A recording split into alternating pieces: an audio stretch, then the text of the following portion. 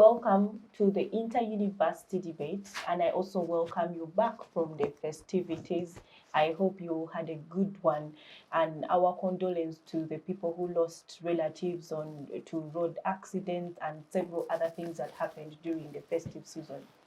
The year 2023 has begun, and at Inter-University Debate, we are discussing today the projections of 2023 and the areas of focus for 2023. I'm Lake Gender Fancy. I'm the host for the Inter-University Debate, which is brought to you by Center for Constitutional Governance and Civic Space TV. With me, I have students from different universities, a very powerful panel today, discussing the students' projections of 2023. Let me introduce the panelists. I'll start with the gentleman that is seated right next to me, and that is Mr. Mayanja C. Benson. Benson is a student. He tells me he's preparing for Law Development Center, but he was a student at Makerere University. Benson, you're welcome to the Inter-University Debate. Thank you very much. Okay. Right next to Benson is Miss Miriam Lawoko. She is a student at Canvendish University pursuing Bachelor of Laws. Miriam, you're welcome back to the Inter-University Debate. I know all of you have been here. So welcome back to the Inter-University Debate. Thank you. Okay. Next to Miriam is Harold Victor Sewanonda. He is a student pursuing Bachelor of Laws at Nkumba University. He is also familiar to the Inter-University Debate. Harold, you're welcome. Thank you so much, Fancy. Okay, next to Harold is Mr. Titus Ngabirano. Titus is a student pursuing Bachelor of Science in Polymer, Textile and Industrial Engineering at Busitema University. You're welcome to the Inter-University Debate. Okay. So, as mentioned earlier, we are looking at students' projections of 2023. The year has begun. So, what are the projections from the students' side of view for 2023 and the areas of focus for 2023? So, before we focus on 2023, let us look at 2022. Let's go back and have a bit of reflections on what transpired in 2022. And I'll start with Benson. So, Benson, what are the highlights of 2022 in your perspective? Okay, thank you very much, Fancy, once again for the introduction and the invitation to this space as an alumni both of the inter-university competition and of Makerere University. I think primarily what stood out for me in 2022 is, from an international perspective, the Russia-Ukraine war. Very few people talk about it, but its implication on global politics and the global economy has been quite devastating. A number of people have chosen to look at it as the epicenter of what the world will look like the next 5-10 years from now. And I think for me, the war stands out for a number of reasons. Firstly, the demonstration that perhaps international law is an area that we need to revisit, especially when it comes to combating aspects of aggression, state aggression, aspects of respect of international law. In fact, one of the papers I did for my dissertation was on challenging the consent requirement of the ICJ. So there are a number of questions that need to be looked at. But furthermore, and perhaps more importantly, is the economic consequence that it had. And perhaps as we'll be discussing today, we'll recognize how and why we should be worried that the war, even as it continues today, with just attacks 2 days ago, is going to have a significant impact on global inflation, global growth rate. The budget of 2023 for Uganda is going to be affected by the war and the rising prices. So to me, I think that was the most outstanding and something that needs to be given more attention. Okay, thank you, Benson, for that. Let me move to Miriam. So, Miriam, 2022, what are some of the things that stood out? Thank you so much for having me on the show today, Fancy. I think 2022 was such a big year. We had so many challenges economically as a country. And I think the one thing that stood out for me was the impact that COVID-19 had. I am a big advocate for the girl child. And I think COVID-19, of course, it had an effect internationally around the world, but most specifically on the girl child when kids were sent home from school and parents had to cope with issues of how to protect their children in being home. And there was high instances of of girls getting pregnant, girls going missing. And I think we as a country, Uganda, we were not prepared for COVID-19 and the effect that it would have on the youth and young people. And I think we learned lessons as a country. And moving forward, I think disaster preparedness, the minister, that specific section or sector, can do better to prepare. And the government needs to be more prepared for disasters and make sure that citizens of Uganda, especially the girl child, are protected. So I think we as a country are still recovering from COVID-19 and the effects of COVID-19. And I'm hopeful. And let me say this, I think it was before the year began, the Daily Monitor posted a poll on social media, and I was keen to read it. And they asked whether the public were satisfied with the arms of government. And I think the results of the poll were 98% said they were not. And that sort of made me feel like, okay, the public has an opinion, and I hope that the government and the arms of government are looking at this and actually seeing that we have issues in our country, and we have work to do. So I'm hopeful, but I'm not a pessimist, but I'm hoping that we as a country can grow from 2022 and it gets better. Okay. So before I move to Harold, let me ask you a little more on COVID-19. Yes.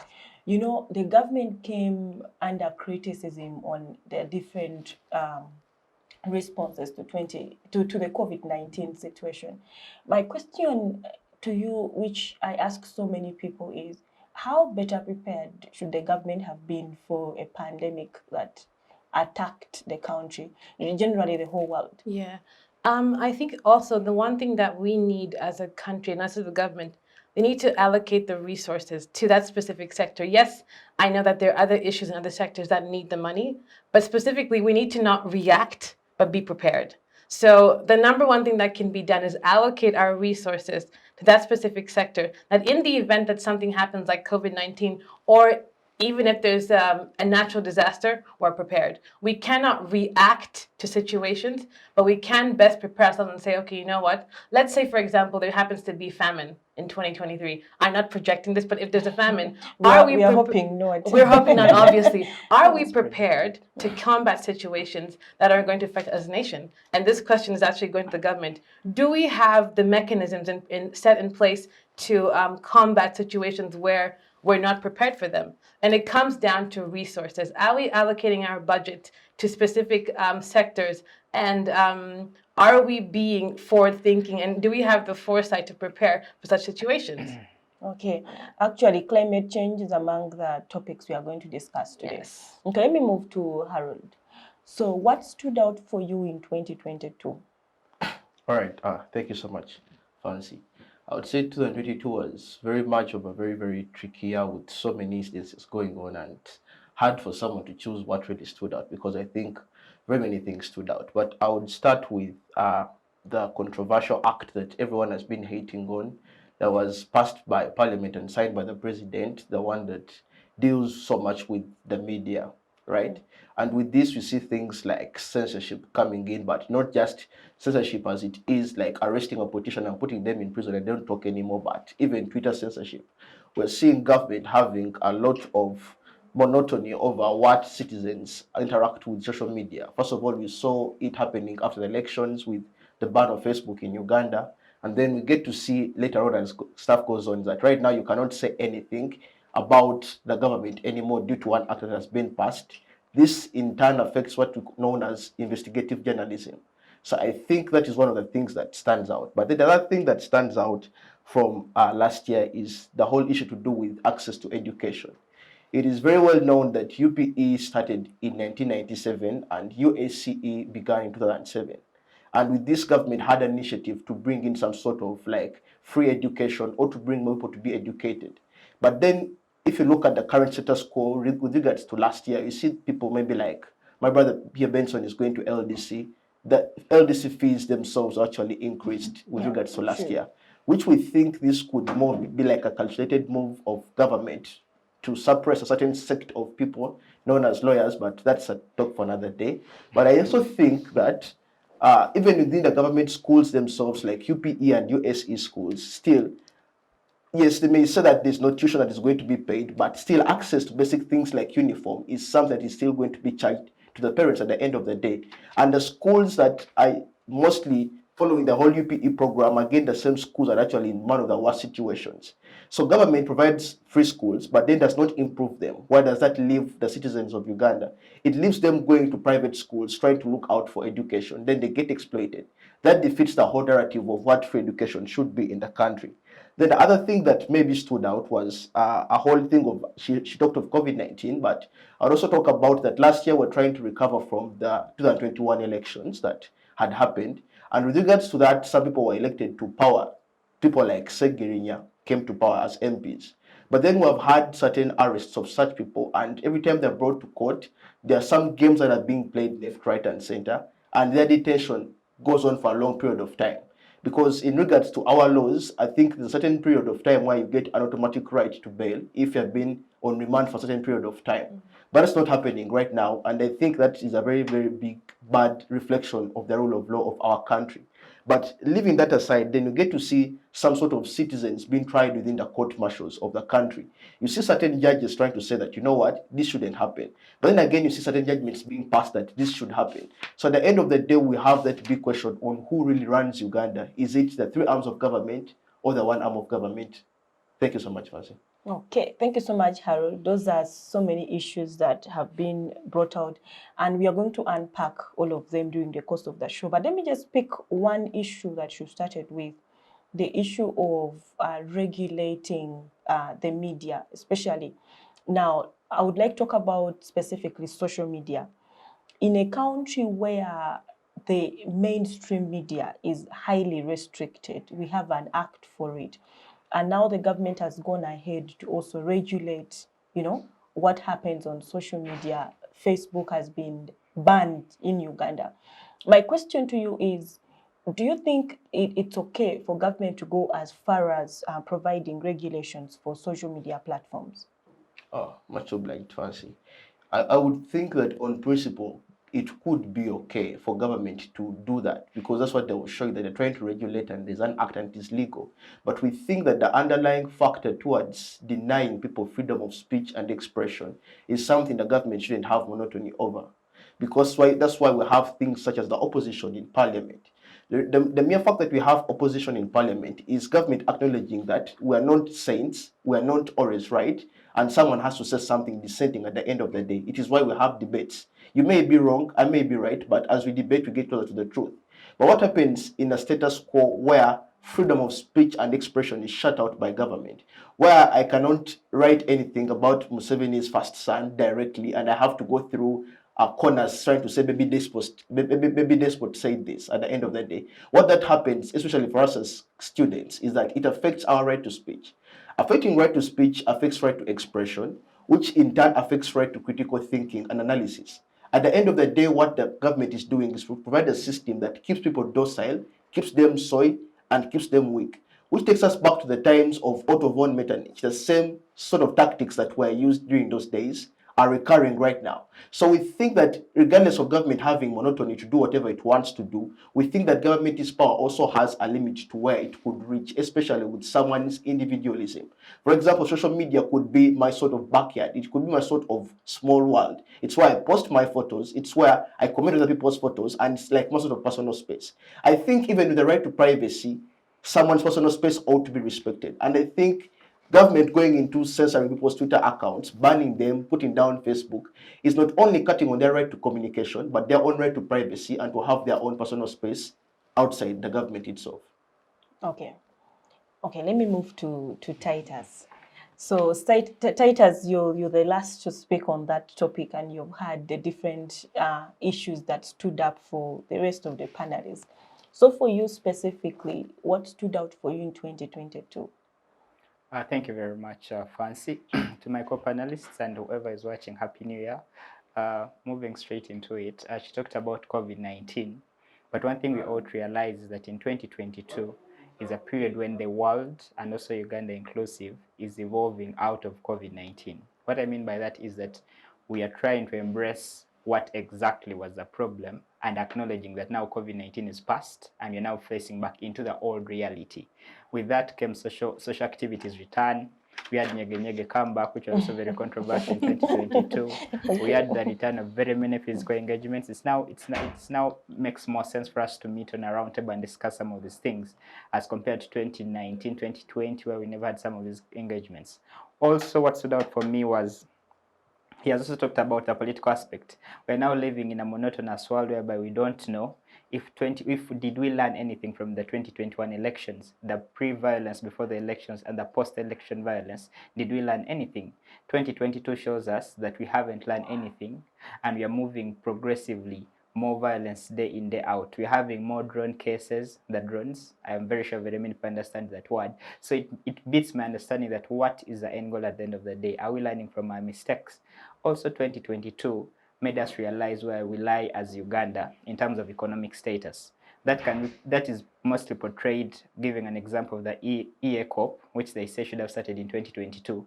It made us realize that we are far behind economically and economically constrained. What does that show? Is because the EU has the right on what can be constructed in our country. So EACOP showed us two things. Are we going to value the economy first, or are we going to value the climate at the end of the day? So we are facing a conundrum that yes, we want to fight climate and have a better climate and have safe spaces for the future generations. But a scenario like EACOP made us realize that one, we don't have the resources to sustain some of these things, and then two, we do not have the final say on activities running in our nation. Okay. Thank you to the panelists for your reflections of 2022. As we get ushered into 2023, let Benson usher us into 2023. But let's start from the the COVID-19 situation. How would you rate Uganda's rebounding back after the situation? Well, I wouldn't say that we're doing a very good job, because I think what COVID did to us was really damage our infrastructure, not just in terms of the setup that we had as a country, but also in terms of how prepared we are to deal with many of these issues. And for example, Mimi talked about resource allocation. But I think one of the biggest challenges with resource allocation that we're going to have is the challenge that came with the impact that COVID took on all these countries. So when you look at 2023, I don't think we're going to do very well. In fact, New Vision normally releases Uganda in projections for the next year. And the editor-in-chief, Kalunji Kabuye, mentioned that it's going to get worse before it gets better. In essence, that Ugandans are resilient and we shall get through it. The Luganda translation is Mwesibe Bidi. So we are yet to go through a worse situation because, for instance, the global economy is bound to be in recession. And being in recession would essentially mean that we are going to have a clawback effect on Ugandan democracy, on Ugandan economies. For instance, I'll give you the example of 2009, when the world was going through the global financial crisis. We had situations whereby we had reduced trade between countries that were largely in the US and also Europe, and how it affected our production. For instance, exports. The World Bank reports that we lost about 20% in our agricultural exports at the time in 2010, and that had a very significant effect to things such as foreign direct investment. Africa lost about 50% in foreign direct investment, and particularly the mining sector. So when you ask whether we are bouncing back well, I think we have prospects, but they don't seem rather feasible. When the Honorable Minister for Energy and Mineral Development, Honorable Ruth Ngabirano, tells us that in 2023 we are going to launch the third phase of licensing for our oil, you ask yourself whether we're going to have we're going to have investors for these projects, or these projects are going to be run throughout. And also questions such as environmental conservation claims around the Tilenga projects, the Kingfisher projects.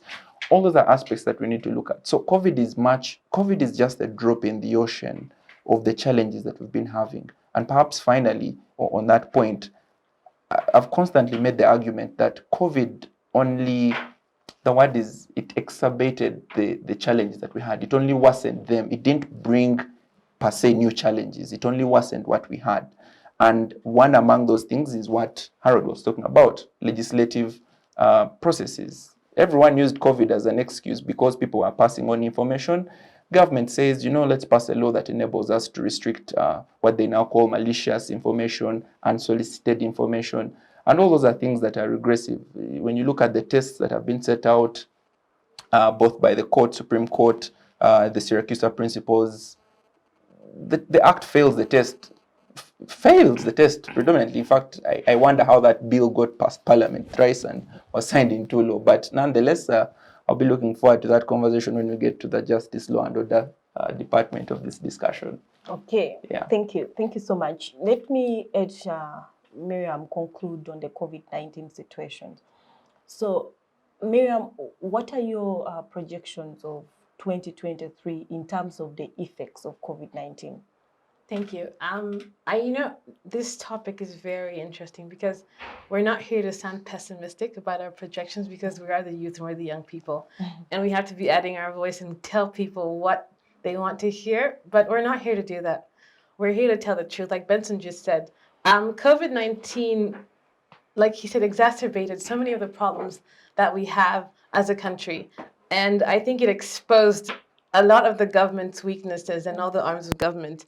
And I think the issues, even the issue of censoring and putting certain bans on social media and freedom of expression is a way to control us from actually being able to actually call the government out on the situation and be like, this is the problem. What are you doing to fix it? The ball's in your court. And I think the government doesn't necessarily, or the arms of government don't have a response and they don't want to be called out on the issue that were exposed. And I think COVID-19 exposed us. And the question is now, how are we going to fix it? And what is the government going to do? Because people are tired of hearing stories or hearing superficial solutions. We actually want to say the government needs to take responsibility and say, this is the problem. If it's education, if it's healthcare, if it's lack of resources, how are you going to actively fix it? Rather than just trying to patch it up with a Band-Aid and saying, you know what, we're doing this and this and this. So I think COVID-19, moving forward, our projections are that we as a country can look at our issues in whatever sector, if it's education, if it's health, if it's lack of resources, if it's freedom of expression and suppressing the people, how can we move forward and what are we going to do about it? So the question is to the government and we as a nation, as young people, call the government out on these things and put it in their court and say, you're not going to suppress us and tell us what we can't. The issues are glaring and how are we going to fix it? Okay, thank you. Let me move back to Harold. So let's talk about something that you brought out earlier, education. Since this specifically affects the students, the government has come out handy on the issue of regulating fees in the private sector. And we have seen reactions from the operators of private schools that have come out to say, you know what, this is going to push them out of business. But at the same time, we have also seen parents cry out on exorbitant fees being charged. The government itself, you talked about LDC earlier. LDC is now at 6 million shillings. I went to LDC in 2018. We paid 4.8. 2022, LDC is at 6 million shillings. So what is your perspective on the government coming out with policies to regulate fees? All right, thank you so much, Fancy.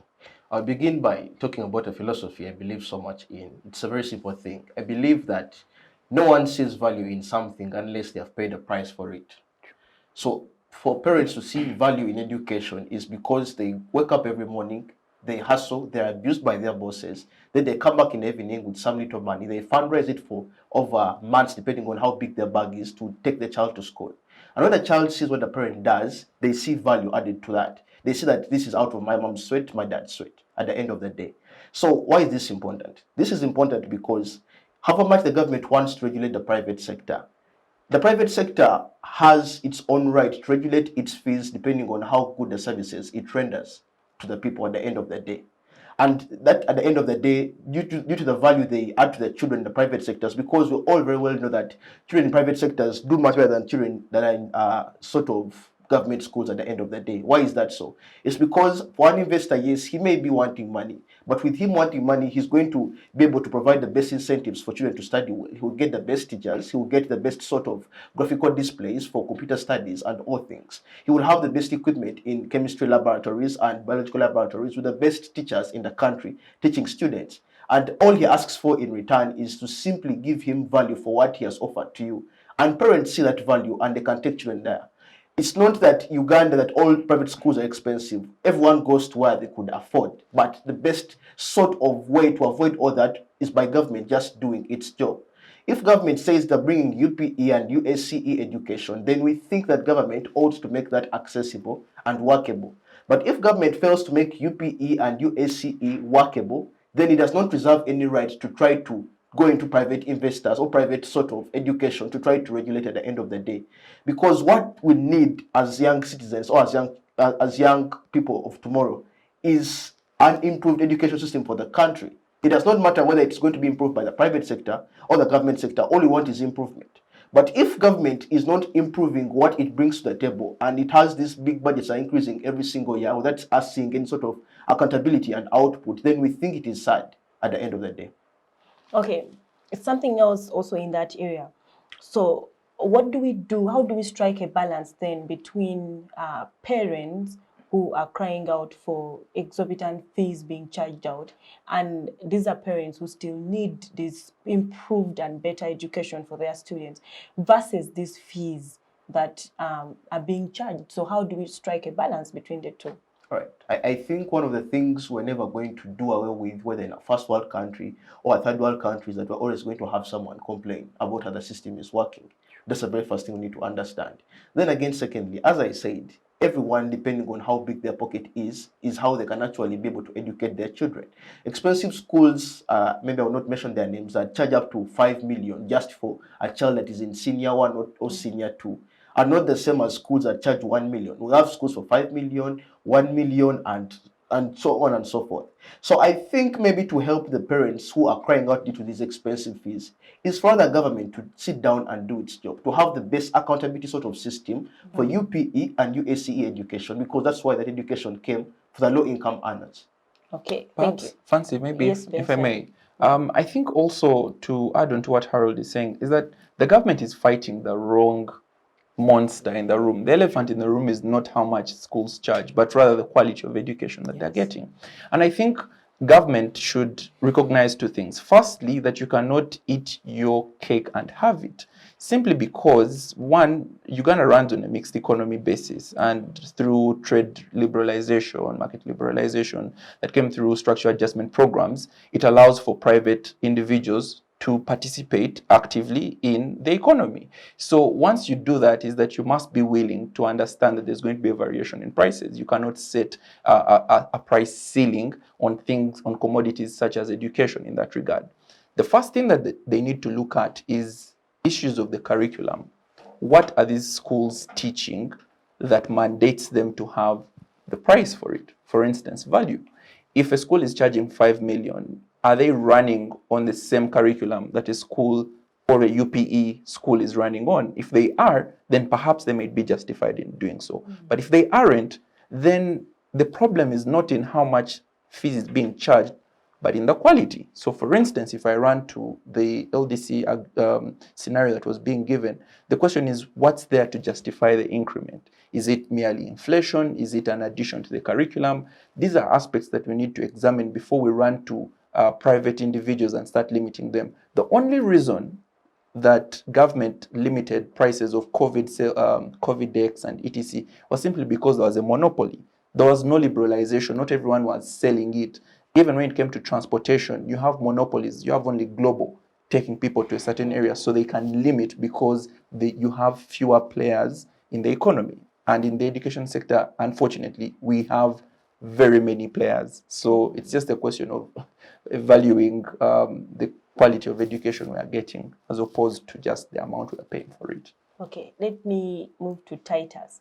So Titus, what is your perspective on government regulating fees in the education sector? That is one. And secondly, what are your projections 2023 in the education sector? On the fees bit, most of it has been said by my co-panelists, but as Benson has said, it beats my understanding if you're regulating an international school that gives us a very different curriculum from what the National Curriculum Development Center provides, because you find that on average, most international schools pay $5 upwards. When you compare again, also what I think the government should regulate are government-aided schools that pay way higher than other schools.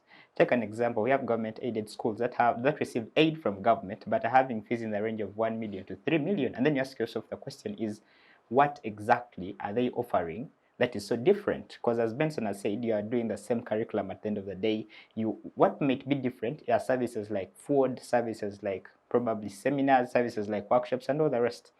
So the aspect of regulating private investors does not make sense, because as Benson has said, you have given us a mixed economy. You're giving us a liberty to start up something. It depends on what I'm offering. If I'm charging 3 million, I'm not offering it for the education I'm providing. I'm offering it for services like 1, better quality accommodation, 2, better quality food. 3, I'm giving you more trained teachers, because remember, someone who's motivated will give you more results. You realize that most UPE and USCE schools have teachers coming in once a week, once a month, and then you ask yourself, the question is, shouldn't government focus on making the UPE and USCE better? Shouldn't government focus on making such situations better, so that we have UPE and USCE better?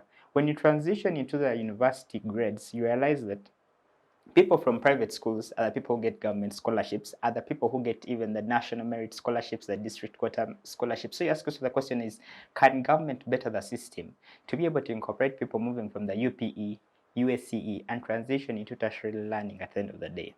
Moving forward, when you have to project into 2023, there are two things you have to put in mind. You are going to realize that most universities are going to go back onto the national calendar. We're having universities nowadays rushing students to finish their courses instead of giving them ample time. You're realizing that most students are now doing a 4-semester, instead of doing it 4-month semester, into 3 or 2.5 months. Why? Because universities are trying to patch up and be back on the trend of we are having an intake in August. So that was the old system before COVID-19. Most preferably is that by the time you clock August 2023, most public universities, because that's what governs them, private universities have the liberty, which makes you even wonder why they should regulate fees at the end of the day. Public universities have the mandate to fit within the time scope. Therefore, we are going to have by 2023 August, all public universities will fit within that time frame.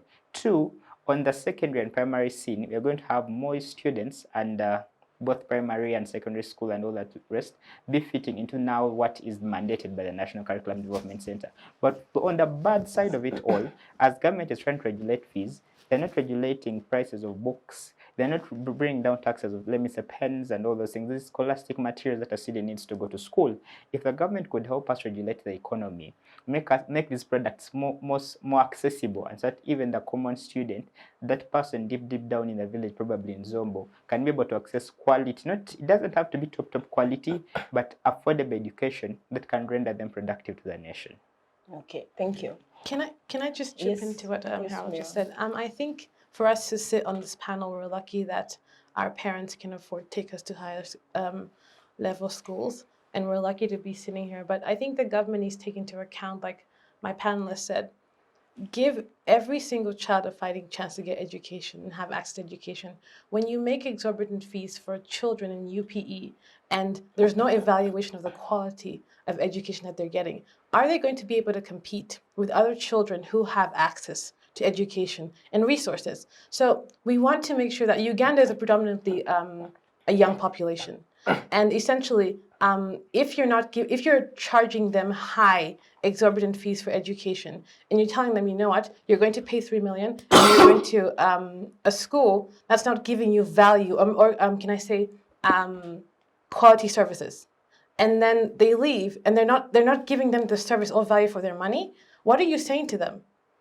Because they actually have to leave that system and continue going on, and they find other children who can actually compete and beat them in that. So we want to give kids a fighting chance and say you're going to have access to quality education that will enable you to get the education you need to go out there and find a job. And come on, currently right now, young people are struggling to find jobs. Those who are educated, those who are not, those who have received higher level education. So we want to make sure that the youth have every single child has a fighting chance at quality education, regardless of the price. And also, if you're going to if you're going to up the fees, let it be value education, quality education that enables them to go out there and say, you know what, my parents invested money and I'm here. And I can actually compete with someone out there, because what you study math, English, sciences, and someone out there can say, you know what, I went to a UPE school, but I got quality education and I can actually get a job based on my skills. Okay, thank you. Let me move to Harold. So let's talk about innovation and where artificial intelligence would fall. So what are your projections, since this directly affects the youth, affects the students at the universities? So what are your projections for 2023 in terms of innovation? All right. Thank you so much, Fancy. So, what I actually think is in projections of 2023 is, first of all, even before 2023 has come, we have had certain sort of artificial intelligence programs coming online and some getting very, very viral. Artificial intelligence as in creation of avatars, pictures that look good, and one of them that has been going around is Dawn AI. So Dawn AI, nearly everyone also have like a Dawn AI sort of DP. But then again, most interestingly is Chat GPT. Because you see, Chat GPT is some sort of assistant that is much better than Google Assistant, that you could pretty much ask everything as long as it is below 2021, it doesn't have information above 2021. You could tell Chat GPT that draft for me a working plan for a CCG moderator for the coming year, including this and this, and it will do it at the fastest rate possible. So what I think is that before we actually, even before COVID-19, because I think COVID-19 helped to show us that, you know what, AI is most basically going to be the future. Because we saw ourselves surviving on Zoom meetings where we couldn't actually make it happen. We saw ourselves getting more innovative on how to get more creative online. We saw cryptocurrencies like NFT, Bitcoin coming up so much during COVID-19 pandemic. It is like we're having AI going forward. We have cryptocurrency going forward. We have people taking part in stock market, stock trades, and all of a few. So my projections towards this year is that we're going to have very many AI sort of programs like ChatGPT, like Dawn AI, like there's one called, I think it's for interior designing, it is called interior.ai, whereby you could simply just take a picture of this room, then it designs for you how this room could actually look. So we're leading towards that side. But what I think is going to be problematic is towards the student. It's going to be a two-way sort of effect. The very first thing, you're going to have more efficient students doing the right things. But then again, secondly, you may end up having more and more lazy students, deeply depending on AI and not being creative enough. Because if someone has ChatGPT, then they would very much resort, like my brother Benson here was doing a dissertation. They could very much resort to ChatGPT doing it for them. They could just say, ChatGPT, write for me the principle that is laid down in the case of ALOCAD versus this. And they will do that. So what you're going to have at the end of the day is you're going to have some sort of not so professional people somehow. But then again, you could have a very, very good sort of productive student who gets his stuff done in time. So AI is the future, and I'm seeing us going towards there in 2023. Okay, yes, let me move to Benson. So where does the Uganda's youth fall in all this in terms of AI? Well, I think the youth are going to benefit quite a lot from the AI. Like Harold has ably expressed, the ability of the AI to work as an assistant is quite amazing. However, I tend to imagine that it's also going to have a devastating effect on us. Very many people tend to think of AI as more or less a replacement for human labor and human capital, and that's what many people are going to consider it, although it should be a tool.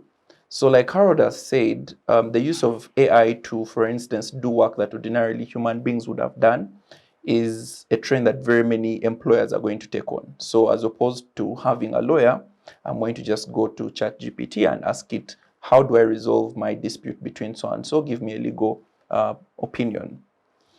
And there are two challenges that come with that. Firstly is unemployment. Unemployment for the very many youths who hopeful that they'll get jobs in big companies, in consultancy firms. All these are places. Even lawyers. I tell people that lawyers are actually in a very huge mix-up when it comes to this. But then secondly, as opposed to just unemployment, I look at it from the perspective of regulation. I think the youths, because we are the future, about 70% of this nation is youth. I don't know if the stats have changed ever since. Generally, young Yeah, people. but generally young people. And regulation is going to be a problem. The people who are making our laws now are more hinged on making acts of parliament, statutes.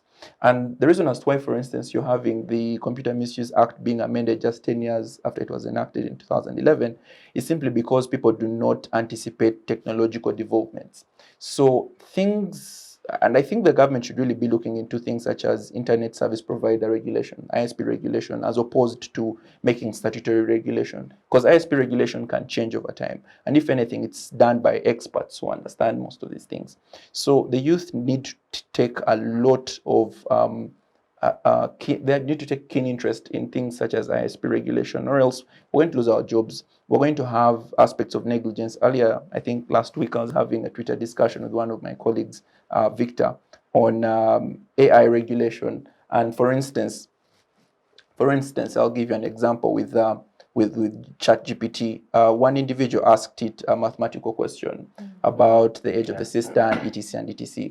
And it gave a wrong answer.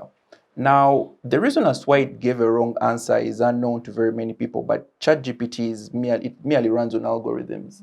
It runs on information that is already on the internet. It merely deciphers it and is able to present to you what seems to be a finer picture. It doesn't mean that it can't err. In fact, if you have misleading information on the net, it's going to give you misleading information. So what's the consequence when it gives you misleading information and that information results into harm, injury, or even loss of life of individuals? And those are things that the youth need to be looking at. Because if we don't look at some of those aspects, two things could happen.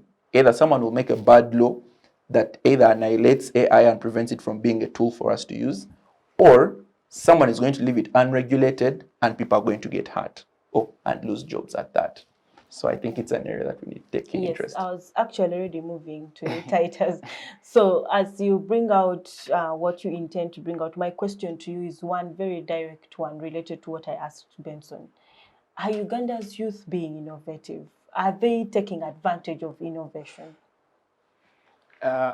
Surprisingly, yes. Ugandan youth are the ones struggling so much to make Uganda more innovative.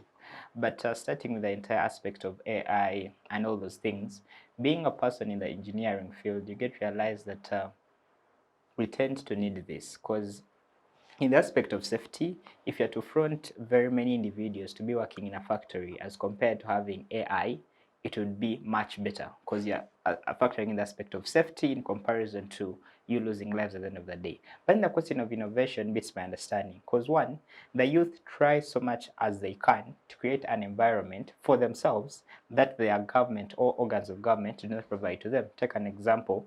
You find a youth is striving so hard to probably innovate, let me say, a robot, because in engineering, the faculties of engineering all over Uganda, you have to do a final year project that is for graduate students. If you have to do a final year project, it has to be something new or something better than something existent. But then you ask yourself the question of continuity. Where are these projects going to be? Are they really funded at the end of the day to better the economy of the country? Yes or no? No. Then also you factor in the concept of, yes, I'm being innovative, but if the entire Honorable Minister of Science and Technology is buying a rat at 8 million, me as a biology student who has them backed over laboratory and they're at 1,500 or less, I beg the question, what is so unique about that? Instead of factoring us into aspects of unnecessary funding for some things that don't make sense, why don't we factor us into the aspect of making the economy better from the grassroots? Because we talk about the AI, we talk about innovation, we talk about factors like this, but then other projects manufactured by our local innovators, our students in university schools, really funded substantially in the national scale to make them better. Because a public university will say, yes, you have made a beautiful project, but then that does not fit within our budget. Then you want the government provide a sustainable budget for public universities, because if an outstanding project comes at the end of the day, can it be funded to better the economy? We tend to blame, because we had National Science Week coming back last year in November, around November. very beautiful ideas, very beautiful AI, very beautiful robotics from no wonder high school kids. But then you ask yourself, what is the end goal at the end of the day? Are these things beneficial to us? Are they building the nation at the end of the day? And I highly doubt. We have talked about the aspect of wrong AI, ChatGPT, and the rest. It happens so many times. You factor in a basic equation in a calculator sometimes, and it gives you wrong answers. Imagine a calculator that runs on basic algorithm can at times blunder. Now, what if I'm working on a very huge problem that my head cannot comprehend, and I'm giving it to a probable AI or software or something like that, and it misinterprets things, bringing the aspect of trust and all those things. So, I acknowledge AI is very existent, but then we as a nation, we as youth, and as the government at the end of the day, they should look at developing our nation based on what we can best sustain. Because some of the things we inherit from the Western world, we cannot sustain one in our innovative world, in our technological world, but can be better sustained if we build from the grassroots. Okay, let me move to Miriam to conclude on that issue. So we have had several issues come up from the panelists. Benson talked about government needs to look at legislating some of these issues, you know. Now, how best should the issue of innovation be handled in 2023, both on the side of the government and the citizens? Thank you. I do agree with Harold and all my panelists that Uganda's youth are creative and they're innovators. But the thing is, it goes back to the top. They will applaud our creativity and say, let's say I make a robot and the robot's going to be able to help factory builders do their work 2 times faster. But if the government doesn't see value for it, they'll applaud my creation, but not use it. So in essence, youth are creating all these fantastic innovations, but does the government see value for it? Can it be used? And how far can it be exploited to actually better the people and better, let's say, factory workers or even in whatever sector it's being used? Benson talked about AIs wanting to replace lawyers. Unfortunately, I see what you're saying, and I agree with you on that note. But Uganda can only go so far as the people in government let it go. One thing that we know is that, for example, look at our court systems. If we fail to implement basic technological innovation in our court system because the people in the judiciary sees no value in it, how are we going to be replaced as lawyers?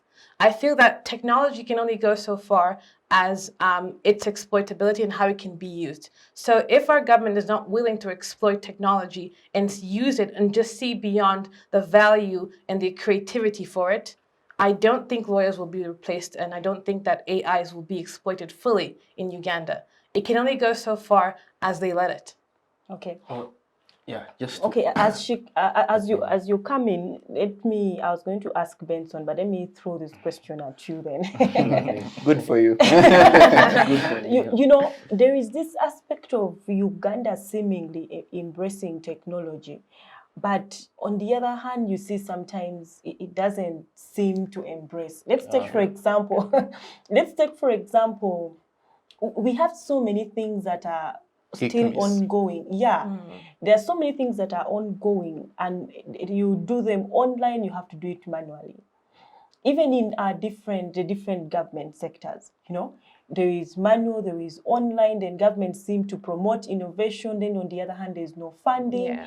So how do we strike a balance between all this? Like, how does this make sense in terms of promotion of innovation? Okay, that's a very amazing question, because I think maybe it was by some luck it came back to me, because what I was going to talk about was sort of heading there. I was borrowing from Miriam's speech. Okay, one of the things I'm seeing that is problematic, and it's a question that came to my head when we were going on here, is that who are the people running the country, right? Because we're seeing the youths are being very innovative. They're doing A, they're doing B, they're doing C, they're doing D. But then we're having a government that has been in power since 1985. Those are close to 38 years. What does that mean? It means that the people, like he said, a minister wants to buy a rat at 8 million. The people themselves that are running the youth are not actually youth. Okay, even though they're not actually youth, they could actually be youth-minded, right? They're not actually motivated towards technology at the end of the day. The people who were having to make these laws or legislations are people, okay, maybe we could have other people, but the people who are having that mindset that is sort of old school. They don't see the importance in innovation, the importance in technology, the importance in helping the youth take the world forward. Harold, I'll cut you right there. We'll take a short break and we'll come back with that discussion and much more. Digital rights are those human rights and legal rights that allow individuals to access, use, create and publish digital media, or to access and use computers, other electronic devices, and telecommunication networks. Digital rights include a right to freedom of expression, information and communication through technology, a right to privacy and data protection, a right to credit for personal works, a right to universal and equal digital access, a right to identity, a right to anonymity, a right to be forgotten, and a right for protection of minors, among others. The state's digital rights are frequently violated through various unfair actions, for example, blockage of websites and social networks, theft of credentials, unauthorized use of people's data for personal gain, privacy intrusion, online censorship, arrests and intimidation of online users, internet blockages, and the proliferation of laws and regulations that undermine the potential of technology to drive social, economic, and political development worldwide. It is hence every citizen's responsibility to respect rights of other digital users and to speak out or report to the responsible parties when one's rights are violated. Welcome back from that break. We are still with students of different universities. We have Benson, who is joining Law Development Center. We have Miriam from Canvendish University, Harold from Nkumba University, and we have Titus from Busitema University. We are discussing the projections of 2023 and the different areas of focus for 2023. So let us delve into a different area, and that is climate change. And I'll start with Titus. So Titus, what is your projection for 2023 in terms of climate change? Okay, thank you very much. Starting with what happened in 2022, the floods, the landslides and all that. We had 2022 categorized with us having floods in Western Uganda, Eastern Uganda, and just yesterday we had floods in Central Uganda due to the banks of River Rizi also bursting. So you get to realize that as we are moving from 2022 to 2023, nothing much has changed. We are still with a very problem that where we are going, we need very many prayers. Also, in the northern part of Uganda, the desert is coming closer. You see, scientifically they believe that the desert keeps on moving. So the semi-desert, the Sahara Desert, is enlarging. Since we're sub-Saharan Africa, that desert is also catching up with us. Also, what we realize is that we are having shorter or longer rains and very harsh droughts. Moving into 2023, it leaves a lot to be desired. With an already grappling economy, we thought that we as a nation, a tropical nation, would have a huge food basket. Since we're a tropical nation, we get to have the laxity of not having winter, spring, autumn, and fall, but just have wet and dry seasons. But with the change in the climatic conditions in 2023, we're going to have higher chances of us diving into famine and drought because, one, the climate is becoming so unpredictable. You anticipate rain, and when it rains, it really delivers. It really rains. So we hope that in 2023, we cannot control natural occurrences, but you can make the world we live in better. Take an example of the EACOP. We are having the crude oil pipeline coming in. We as a nation, we need the funding, the funds that will come, the economic gain that will come with EACOP at the end of the day. But also on the effect it would have on our climate, we ask ourselves the question that, is it really worth it? So as we grapple with the food insecurities come 2023 and the high chances of economic downfall, as Benson stated in his opening statement, we are going to be very tight come 2023 and therefore have to at least expect the worst because the climate is so unpredictable, very harsh rains, very harsh droughts, heavy and low rains in some scenarios, and those in high tide areas like the people in Bududa and all those rests, if the government could create a scenario to transport them from such areas that are very high risk to low risk areas, it would be very beautiful. Those next to river banks should also probably be shifting. Those with high water catchment areas, because we're having so much swamp reclamation. We want to build houses over the climate. We want to build up a factory. If the government could regulate, you find a factory is passing through a river in Inema. If the government could help on such things whereby these organs are not ceremonious and deliver on their roles, such as the NEMA, so we could have at least something sustainable come 2023 and the years to come. Okay, let me move back to Harold. I see he has something to add. Yeah.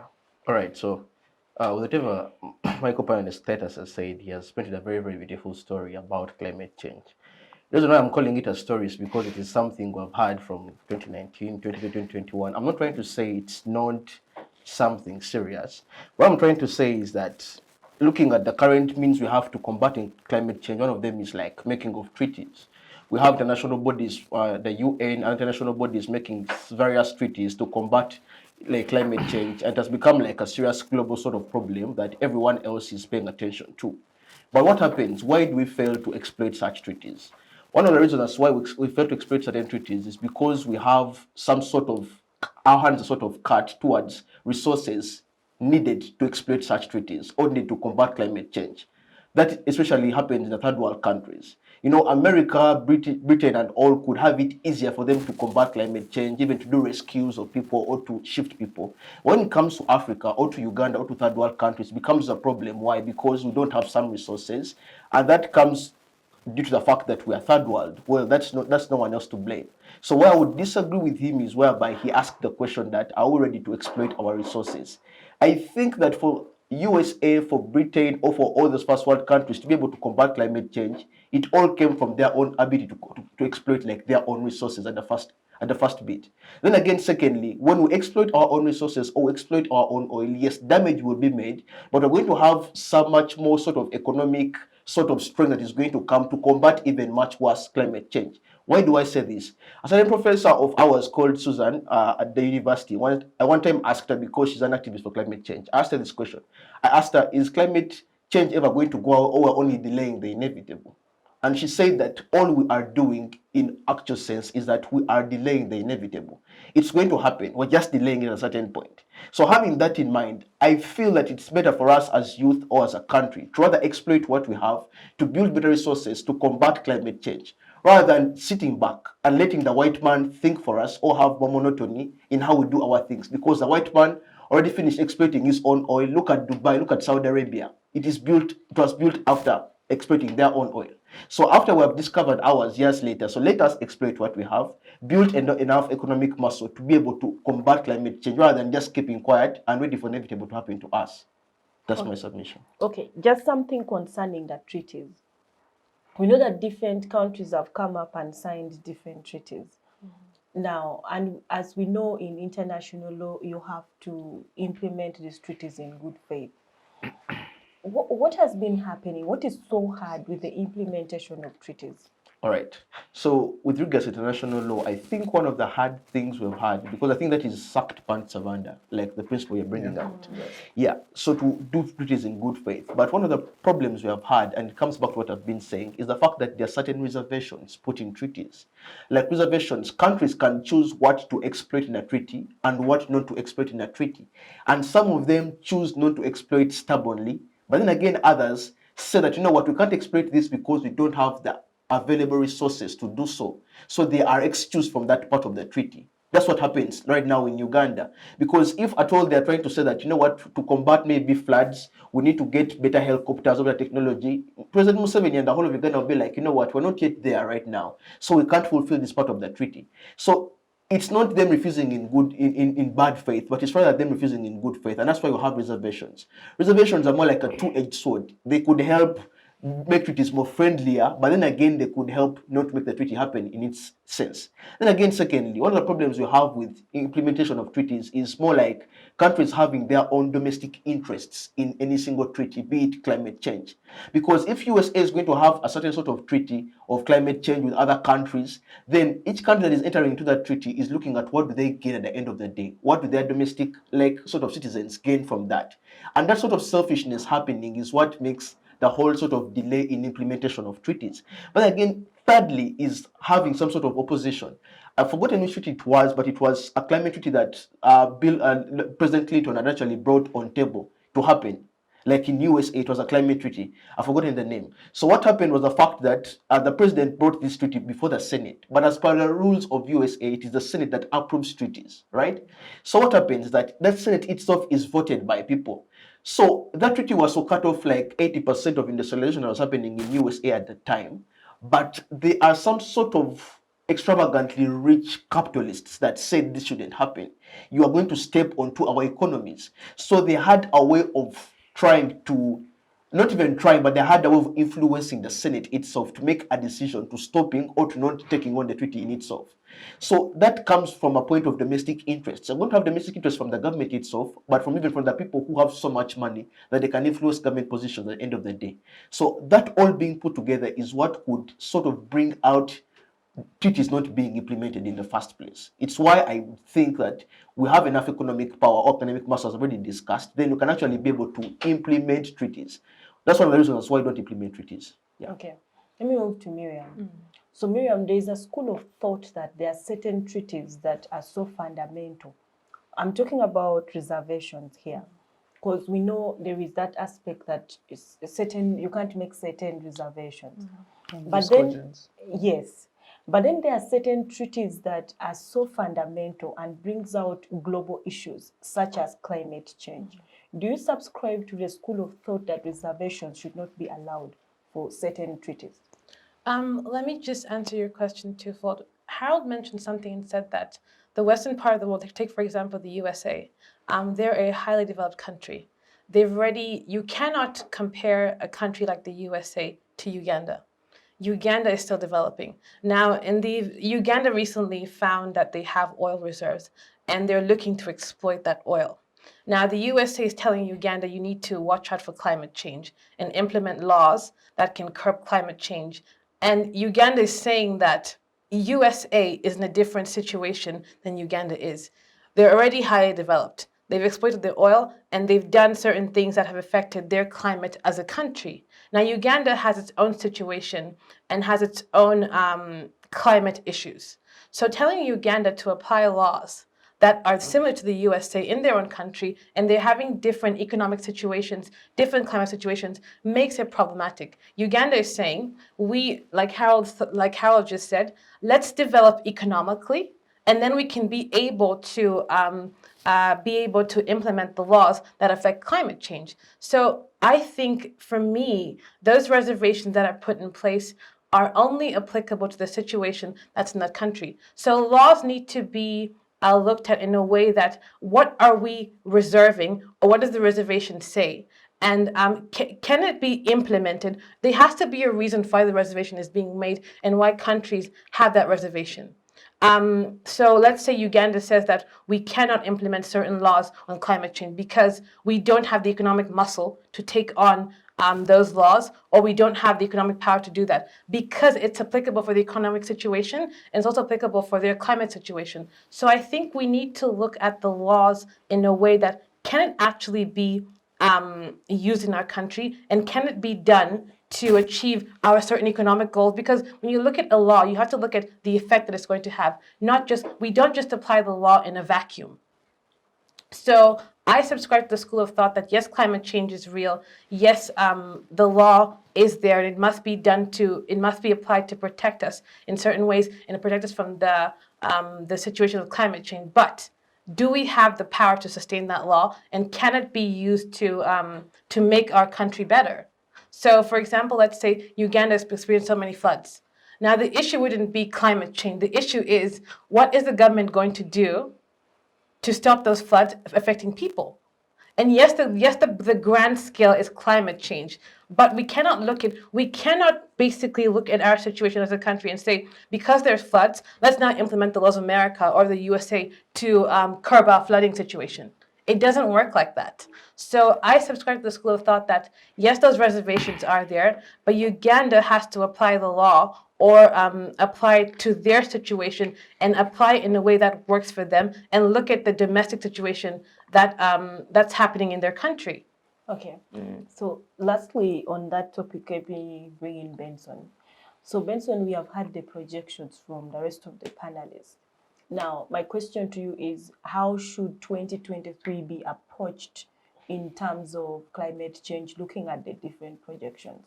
Okay, thank you very much. I think firstly, I'll start by also maybe picking one or two things from what Mimi and the colleagues have said in respect to reservations. So international law is ultimately based on the principle of consent among states. The independence of states cannot be limited, and the court, the ICJ, has made that point quite very clear. So that means when it comes to things such as making treaties, conventions, it's paramount that a state consents to the confines of that treaty. When the confines of that treaty are not um, are not acceptable by a state, it makes a reservation. That reservation is supposed to be within the confines of the acceptable rules of international law, which is the point that you are making, that there are some norms in international law that are so fundamental that no state is allowed to make a reservation against. Yeah, true. Now, the problem is, how do we define what those rules are? I, for one, definitely know that that climate change is not one of them. I know one of the established rules of discordance that exist are things that deal with prohibition against aggression, torture, extermination, even racial tendencies. Those are the rules of discordance that we have at the moment. And these are things that have grown over time. So the only recourse that you have then is in things such as good faith, which is also another international principle that comes with treaties, erga omnes partes, whereby they require states that are party to certain treaties to exercise in good faith. But then the problem comes in, what is good faith? We all are aware of what happened in shortly after World War, when we had the Bretton Woods Foundations, IMF, World Bank coming in to institute supplementary structural adjustment programs into Africa. Very many scholars have argued that this was an intentional attempt to make sure that Africa stays poor and underdeveloped so that it can continuously exploit and have neo-colonialistic tendencies, which is now answering the question of what do we do and how do we move forward. So it would be rather, it would be counterintuitive for African states particularly, and Uganda in specific, to jump onto the bandwagon effect of, COP27, even COP28, to suggest that we must take a unilateral approach towards fighting climate change. I think African countries, and Uganda in particular, need to sit down and make an extensive analysis of how they can reap from their resources, because you're not going to continuously run a deficit budget and presume that you're going to survive on aid which has strings attached to it, so it's conditional aid, and yet you have minerals lying beneath your lands. So it's something that we really need to look forward to. Whenever we're having these debates these days, I'm quite very cautious of the personalities that I include in my submissions, because the last time someone talked about Greta, he ended up in prison. So I don't think that's an approach that we'll be able to take. But among the things that Ugandan personalities need to do and take on is really to examine the consequences. Of course, there will be consequences for the things that we do for exploitation of our oil, and irrespective, if everything were to be considered constant, it's a very big opportunity for Uganda to leap into a middle-income status economy and have very many other things working for us. Unfortunately, there are challenges, and some of those challenges are going to become not just domestic in terms of corruption, poor infrastructure, etc., but also international resistance towards our attempts to exploit our minerals and to exploit the very things that climate activists are fighting against. So I think it's something that we need to sit down and build a blueprint for Uganda, how Uganda transitions into middle-income status vis-a-vis aspects of climate change. Yes, we'll be affected, but it's a price that we should be willing to pay if we want to develop. Okay, the students have spoken. So let me move back to Titus. Let's talk about something else, the justice, law and order sector in Uganda specifically. So what are your projections for 2023 in that area? Justice, law and order in Uganda is sad. It is the most appropriate word I can use. It is very, very sad. From the systems being broken to even the justice, the chief justice, or probably the judges in the justice system having no say, to a judge, a female judge, being sidelined because of saying the facts, to someone being cautious of what they have to say on a social media site because they are worried that if they say something, someone might come and pick them up. So it is really sad, it is really heartbreaking that we live in an era where we're supposed to at least have freedom of speech and freedom of expression.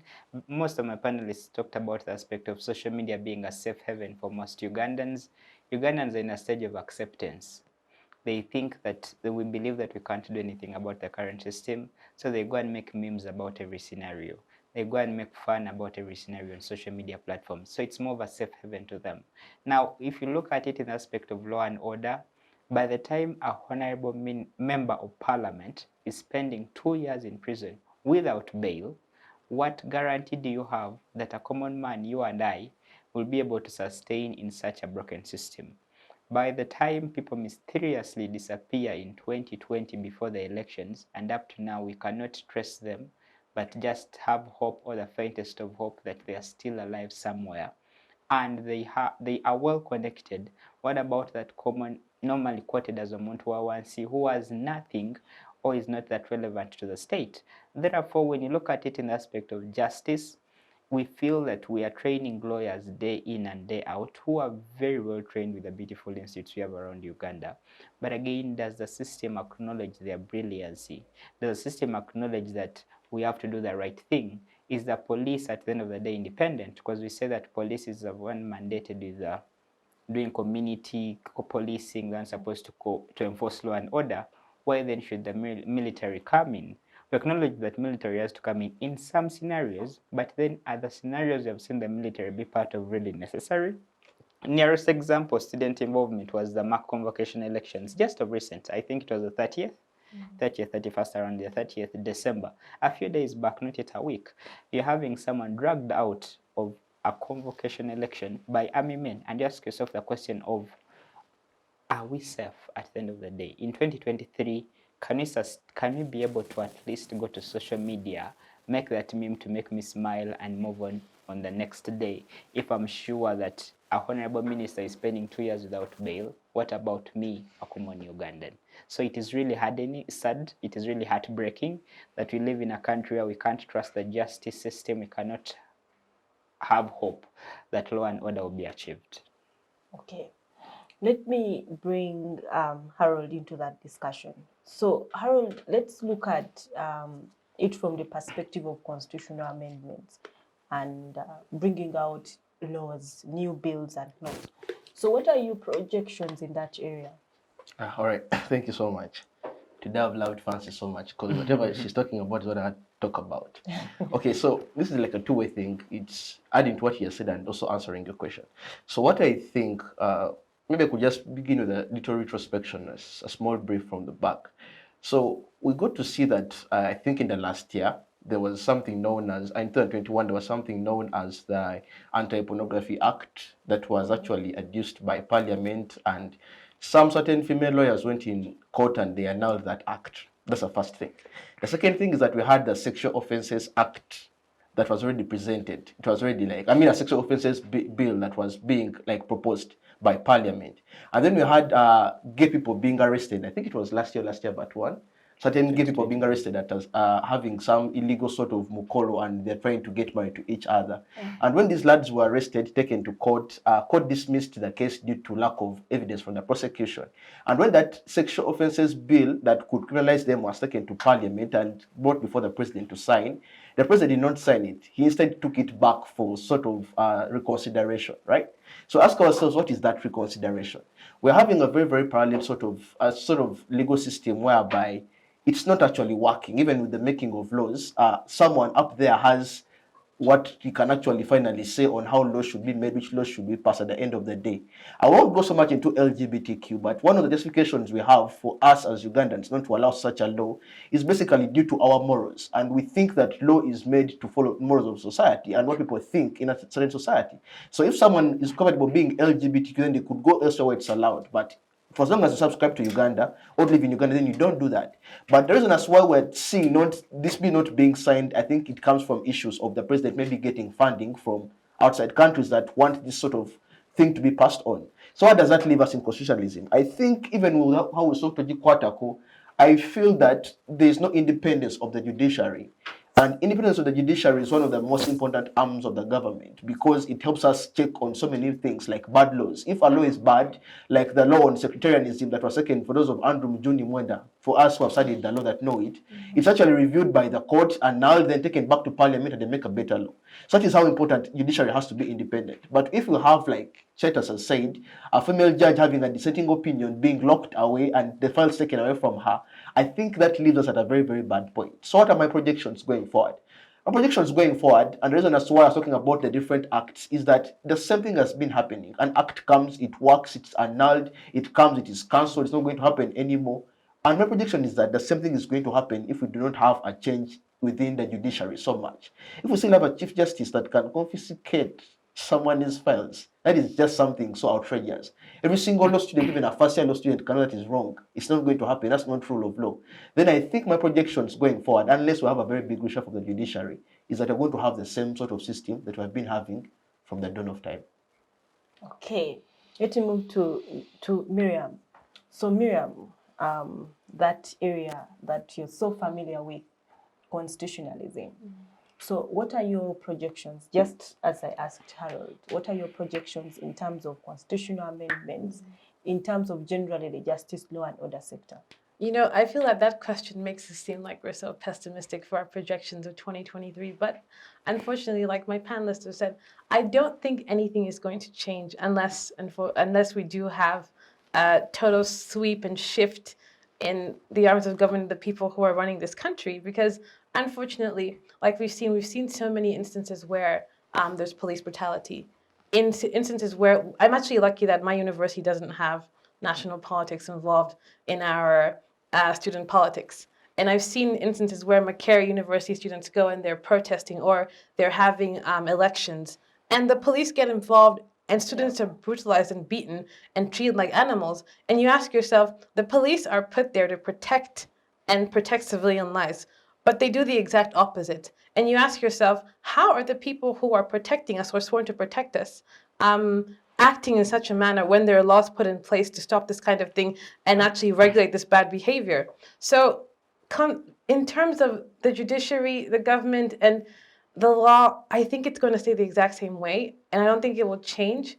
Unfortunately, the government needs to go back and look at these situations, these incidents, and actually reevaluate what they want and how our law is being, forgive my French, being bastardized by the very people who are supposed to be protecting it. And even if we stand up and say that we as a people have the voice to speak against this, we actually don't have an actual voice to come out and say, this is the problem, fix it. You've seen the issue of them even regulating our voice on social media. It makes me feel that Uganda is slowly progressing towards if I may say this, a military state where there's control over everything and certain people decide what happens to our law, what happens to our social media, what happens. And it's becoming a kind of suppressive system where people don't have a choice and we're complacent. So if, like Titus just said, you cannot go on social media and write what you think and criticize the government for certain things because you're afraid. And this in turn also affects our law. We've seen situations where the judiciary, like Harold and Titus said, they don't have independence.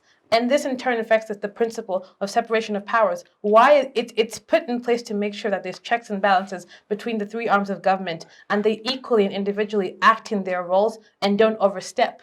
Now it makes it look like in Uganda currently, there's a vacuum of power in one arm of government, and it's deciding what happens in terms of the creation of laws, the judiciary and how they implement laws and how they can check this. So 2023, I don't think anything is going to change, unfortunately, but I do hope that we being on a panel as young people, the government can actually listen and look back and evaluate and take into account when it's acting in its powers, that people are watching and we do see these things, but we don't have the power to step out and criticize because one, people are afraid.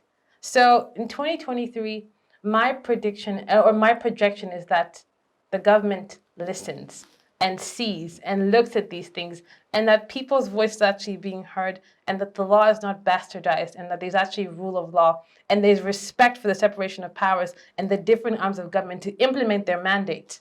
Okay, thank you so much, Miriam, and that is my hope as well. that is my So God personal. help us. That's my personal hope as well. You know, I have complained for a very long time on the aspect of consultations made specifically by members of parliament. I count myself as one of the most vocal people in the north, but I've never been consulted on anything that happens.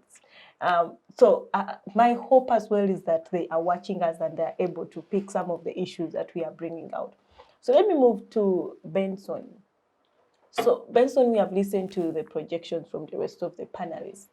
Now, my question to you is, what would you love to see a change in 2023 in terms of justice, law, and order sector?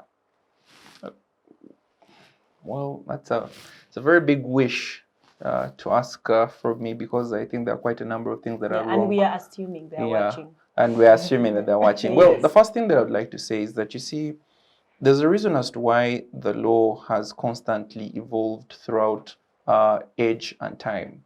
When you do a sufficient reading on works of people like Roscoe Pound, they tell you that the law is basically sociological school of jurisprudence, is that they study the law in practice as it relates to society.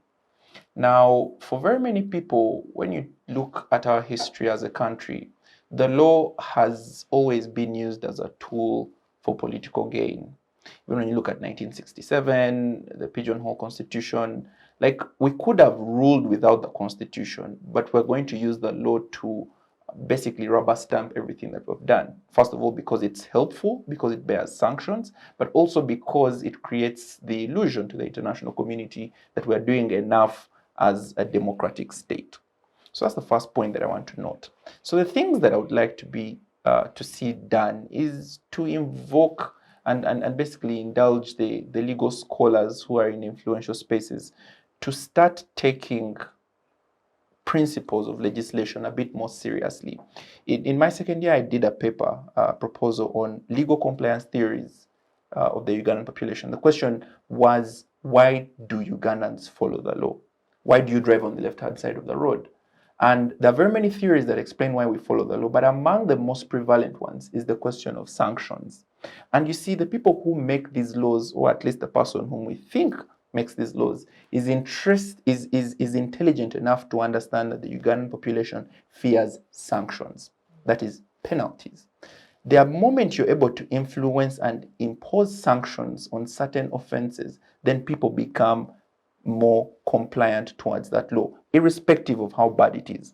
So when someone looks at an honorable minister spending 2 years in jail without bail, then they think, okay, that's a very big problem. I'm not going to be very vocal against the government because that's what will happen to me, irrespective of provisions such as Article 23 of the Constitution that provide for mandatory bail after an elapse of about 61, 80 days, respectively. So I would think that we need to take critical studies when it comes to legislative procedures. Consultations, like you've said, are very, very paramount. Like I said, when we had this discussion on the Computer Misuse Amendment Bill at the time with Dr. Kakoza and Sempala, organized by NetBill, we were almost 100% confident that the bill would not pass the third reading and the president would not assent to it, because there are certain ridiculous provisions in that act now that are unbelievable, such as unsolicited information. Unsolicited information, the general understanding of unsolicited information is basically information that is not sought for.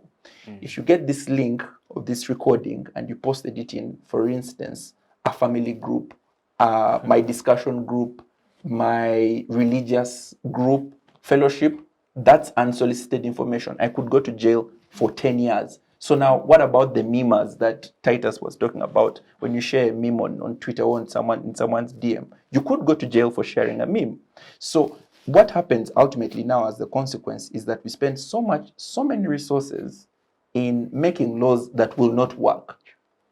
But you have to ask yourself the question, what are these laws intended for? I would think primarily politics. We're heading towards an election year, 2026. These are aspects that are coming in now to prepare us for what will happen then. And if critical thinkers don't sit down to look at some of these issues and say, we need to slowly attack the system from within, we're going to be in the same situation. In fact, I wouldn't be shocked if they came up with a new law this year to prohibit people from having discussions on such things and things like that. So good luck to you in the north, Fancy, as a strong advocate. Okay, so we are moving towards the end of our talk show for today. Now, my last question to the panelists is on specifically, we have handled certain issues. Now, I'll start with you, Titus. For the issues that we have not handled, what would you love to see in 2023? I would like, we had raised the issue of politics in universities. In universities, yeah, and we were not able to handle. Yes, we're not, but then it is something that I feel is being mishandled. One, we have political parties that don't have ideology, that do not have realistic backing at the end of the day. So every time I see a political party backed, every time I see a university structure embracing such a system, it is different. You wonder, is that how can a university embrace a system of multi-party politics when these multi-parties at the end of the day do not have ideology, do not have social standing, they are just there and are there. So you realize that, take an example, we're having elections of Chambog, I think tomorrow but one, but it's this week. But then you're having NRM, FDC, and the rest. But are these parties there to provide funds for the eventual winner and then claim that we have the guild president there? Or the people there representing these political parties at the end of the day representing ideology? When UNSA was created, I think in 2011, and I'm not very sure about the year of creation, I think it was 2011, at the end of the day, is UNSA serving the purpose of being a Uganda National Students Association? The advantage you have right now is the speaker of UNSA right now is a person who is very principled and he's really living up to the billing. But leaders before him changed the constitution to favor them. We're having parties infringing on a safe space like UNSA, which is supposed to come out of the dark and front students' interest. National Youth Council and all other youth platforms we have all over Uganda. Are these, at the end of the day, fronting the interest of the students and the youth, or are they one of the pawns that the political parties have to push to show control, have to get and groom individuals, and at the end of the day, that will fill up MPs' posts, that will fill up ministerial posts? Someone will be rewarded to be a presidential advisor and does not know his job. Someone will be rewarded to be an RDC at the end of the day and doesn't know his role. So at the end of the day, I hope that politics in student groups will be valuable and not ceremonious. Okay, let's move to Harold. We have run out of time. All right, so briefly, what I would say is that what I want to see in this year is basically less attacks on civil societies, right? Societies like democratic government, DGF, right? Democratic governance, facility, right? Yeah, facility. Yeah, were attacked, I think, in February 2021, and you see others being attacked slowly, bank accounts being frozen at the end of the day. I believe that this shouldn't be happening anymore because this is like one of the avenues we have towards freedom of speech. And for the young students in universities who participate in things like debate, speech, they're also funded by such civil societies. So I would think that that has happened by mistake, but it shouldn't happen again. Then moving on to what he has said, my very last word is that, as Francis Mbuga put it in his book, In Between the City, that, you know what, it is us, the young people, university politics, that are going to build the future of tomorrow. It all begins from university politics. That's important. And it is why you will have political parties flooding, DP, NRM, what flooding in at the end of the day. But what I would say to the young people is that we need to live in a new system. We need to disconnect from the current system. The current system of political ideologies are actually very, very old, and some not even having ideology anymore. Sometimes you could even ask Titus, why are you voting this one? It's because I am NRM, I am no. They don't have a reason as to why they're doing something. They're being thought for and being controlled. That is one of the things that government is trying to follow at the end of the day. So my final word is that we should have ideology, we should have critical thinking and independence. And this could be brought by civil societies and by us ourselves as the youth. Okay. Thank you. Miriam? I would like to say this, and I think that this show gives us, as an outlet, as young people to come out and have a voice. I would tell, this is to the government of Uganda, to reevaluate and show the people of Uganda that you care and that we matter, and that the things that can build us as a nation are at the heart of every decision and choice that you make. Young people are crying out for more. Citizens of Uganda want more. And my projection or my hope and my wish is that in every decision that's being made, the people are at the heart of it. Okay, Benson. Mine is going to be about geopolitics. I think that it's an aspect that perhaps we didn't handle in this session, but it's something that is very critical. Three areas, especially for Uganda. One, how the war in Ukraine unfolds and what it means for Uganda. We've seen Uganda being used as a pawn in the US and you show in the Ukrainian war, we had the minister here. Whatever they discussed was silent. The president says that just because someone is your enemy does not make him my enemy. Those are very heavily politically packed statements, and we need to know what that means for Uganda when it comes to whether it's transitioning a move to the east and China, Russia, and what it means for literally everything that we are building on. Secondly, the conflict in DRC Congo. That's a very huge question because last year we were attacked allegedly by ADF and bombed in Kampala, and that's primarily because I think we're fighting a war that's not necessarily our own. Thirdly and lastly, our bilateral relations with Rwanda. I think if we don't work on those relations with Rwanda, we're going to have a very serious problem. We already had it with Kale Kaihura as IGP, and the alleged